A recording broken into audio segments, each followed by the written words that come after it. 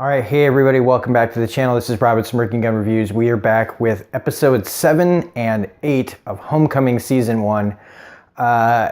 So full spoilers if you have not seen these. Okay, so this is pretty much what we've been waiting for in these two episodes. We've got, the last two were pretty good. And this finally builds up to, the exposure of what's going on.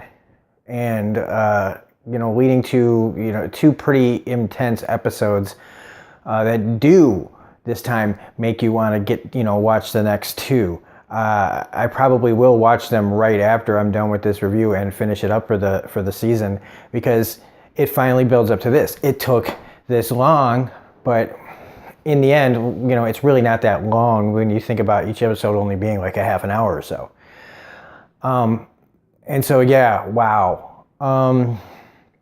Not completely unexpected, and it is a pretty straightforward narrative. I think one thing I should mention is, I've compared it to, and other people have commented, that this is nothing like Mr. Robot, and I think we build things up too much. Sam Esmail is incredible, and he's crafting something new, and this is not Mr. Robot. This is not on that same level. But it doesn't take away that this is a pretty good story. And now that, you get to that point, the slow burn is over. We are, it's starting to snowball. And it's a pretty damn good story. Again, I still think the structure should have been changed, but it's their show, not mine. So what do I get to say about it? Nothing really. Just give my opinion like right now. So we find out that the Homecoming Project, Walter has now forgotten a specific memory. When Heidi tries to talk to him about of all things, the Titanic trilogy now. So clearly they've had conversations about this Titanic thing, where in the story, his friend Lasco came up with this fake sequel to Titanic called Titanic Rising to mess with one of the other guys.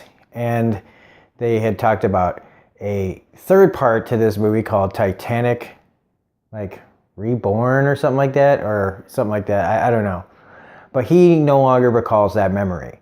He remembers being over there. He remembers like certain things, but he has lost that memory.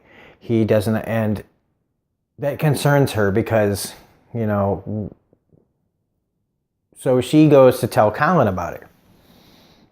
Well, Colin is more than overjoyed because this is what they want, but she's trying to tell him that what we've done is not like what was, intended really, but for him and their goals, what she didn't know, it's perfect. And what we find out is, and what she finds out, is that they are not getting these kids back and making them ready to go home, but they are getting them ready to redeploy. The medication that they're putting them on is to erase the memories of the things that happened to them in the war, to get rid of all of it, so that they can send them back. Basically get rid of their whole experience, this will be their first time really going over there, I think that's what they're going for. And so they can just keep sending people back. They can, you go over there, you see some fucked up shit, you do some fucked up shit, whatever. You come back here, we mind wipe you, and then we send you back. That is fucking crazy, but it makes perfect sense that this company would do that, and it has to be under military direction. Now, how does this explain Heidi's memory loss? It doesn't. Because Colin doesn't know this, that he clearly didn't know that she was affected. That somehow she had taken, had been dosed with the medication that made her forget everything. And it starts out small, we see, when she's introduced to a group of guys and she can't barely, think. And so I was going to say maybe it was Craig, but I don't know who did this to her, but it wasn't Colin. And since she voiced her, concerns. And this is military, man. I'm surprised that she's even alive. But maybe they felt like that if she were to suddenly just disappear or die, they don't want people looking into this. So I guess they thought that maybe we just mind wipe her, we make her forget all of this, that she'll just move on. Honestly, my money would be on that they just drop her. They just fucking kill her. It's not like the military hasn't just taken people out. Let's face it. But for the story's sake, fine. I do think that that's kind of sloppy. I don't think if you want to get rid of, leave a loose end sitting out there, possibly remembering something, but whatever. So Colin, is going to take her back to the homecoming facility that she gets the address from Carrasco, who does come to her house, gives her all this evidence. Okay, now I hate this part because, it's a writing choice. The writing choice is that she should be wanting to help Thomas, or at least in my opinion, if she's really concerned about her memory, why isn't she trying to side with the guy that really wants to help? I know that she, at this point, doesn't know about Colin and that he's, put on all the charms. This Cannavale, man. Cannavale deserves like a best supporting actor or maybe even best actor, however it goes.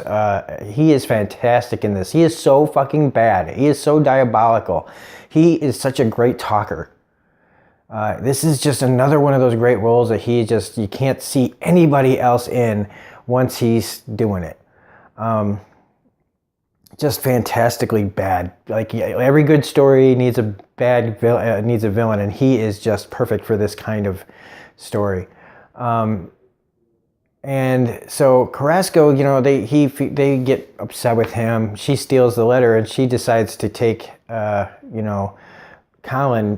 unknowingly, him that she knows him to Tampa. He, of course, wants to just keep going, take her on, make sure she doesn't know anything. Just to basically to put his own mind at ease, and make sure that she's not going to be a liability. And so far, so good for him. We still don't know what happened on May 15th, but I'm starting to think that maybe it wasn't Walter that did anything. Maybe it's her. Maybe something between the two of them caused, and maybe she flipped out. Maybe she doesn't remember something, and something happened, and so they had to get rid of her and just discharge him. But we haven't seen him. Now, Carrasco says that, went to see his mother, and she doesn't want them anywhere near him. So we'll see about that. Now, when they get down to Tampa, this is great because you got, Tom follows them down there. She goes to the new facility. So she's never even been there, but right next door is the old facility, conveniently. Like I said, it was a starter place, kind of. Why wouldn't they just use the building there? But no, they don't. Like, it's really interesting. So Tom's in the old one that's abandoned and locked up and going through the place, while Heidi and Colin are going through the new one. She does not know where she's at. She doesn't recognize it. This all just seems familiar, but not familiar. Until she sees something, and it basically, she sees the path to her office that was in the old building. And when she gets there, again, nothing happens. She's feeling really stupid. And Colin, again, is just pretending. I mean, he's so great at that. And Tom, on the other hand, is in the other building, makes it to her office. There's nothing there. But I do love that they're both in the same place. And then when he's looking out the window, parallel is the other building, and you go, it's right there. And there's Colin standing there in the window, and then she pops up. So Tom is trying to get out of there to meet her, and she gets to leave the office, and he almost gets away with it. Colin almost completely gets away with it. And I mean, right now, or I should say his ruse, the fact that she hasn't remembered anything has been accurate up until the point that the pelican makes noise. And that noise from the pelican, that familiarity, that she's heard over and over and over and over again brings everything back. Now, right before I go on, I did skip something that I really loved, and that's during the test episode, episode 7.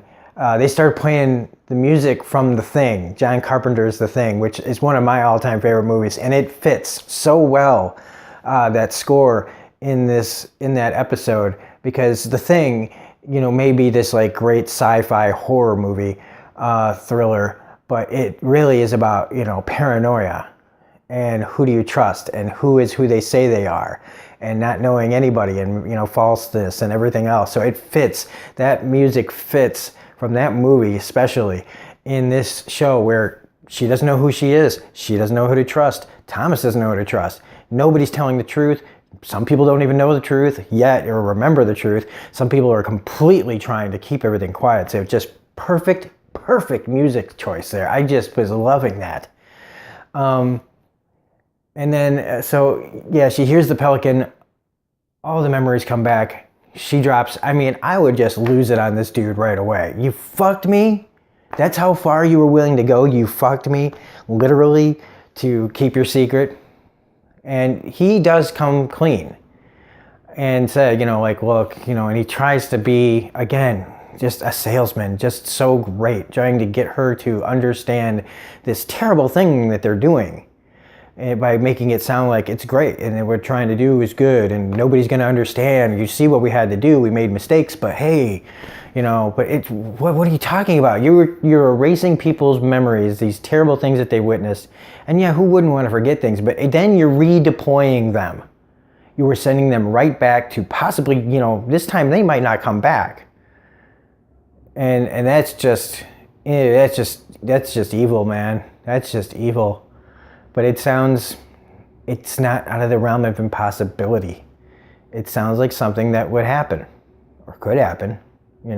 Call me crazy, but I wouldn't put it past certain people to make these kind of, look into things like this. Hey, is this a possibility? I don't know. But he follows her out. He's, and now he's starting to show his true colors, and when Thomas and her and him all meet, this is where he's faced with, here's the guy from the DOD. Now, Tom can't do anything. He is just, investigating a complaint. He's not some cop with a badge. And she's just, you can see how upset she is. But this is, kind of out at his absolute best in this. Best at being the worst. Because every single word that comes out of his mouth is just pure, just smug, overconfident, douchebaggery. He's one of those people that just is, I'm above the law. Well, you can't touch me. You're not a cop. She's, all this, like, just trying to twist everyone's words back at them. And I love it that she finally just pushes him into the fountain. It's, what else were they going to do? No, you know what I mean? Like, he is getting away with it. He can get away with it. All he has to do is leave. He's just this guy who, his bosses told him to come back and forget it, basically. So they're getting away with it. They're going to get away with it. There are 2 episodes left, and I don't know what's going to happen. Because, even Thomas is just basically like, he's right. And it's like, well, then what was the point? If he's right and nobody's, so what? They are just, you wanted the answer and that was it. And we don't know what happened to Walter. And yeah, I don't know how this is going to end, but now I am going to go and watch it like right away and then get back and do the final 2 episodes tonight before I do anything else. I was going to play some Spider-Man and maybe do another Haunting of Hill House review, but no, not now. This has gotten pretty good. So that's it. If you like this video, please hit the like button, comment. Let me know what you thought of this. This is holy shit. It is pretty crazy. Hit the bell for all notifications, share, subscribe. All the subscribers are, I just want to, again, thank everybody for all the support. So, yeah. I gotta get going. I gotta watch the next two, the final episode. So this is Robert Smirking Review saying we will see you on the next video. Have a great night. Bye.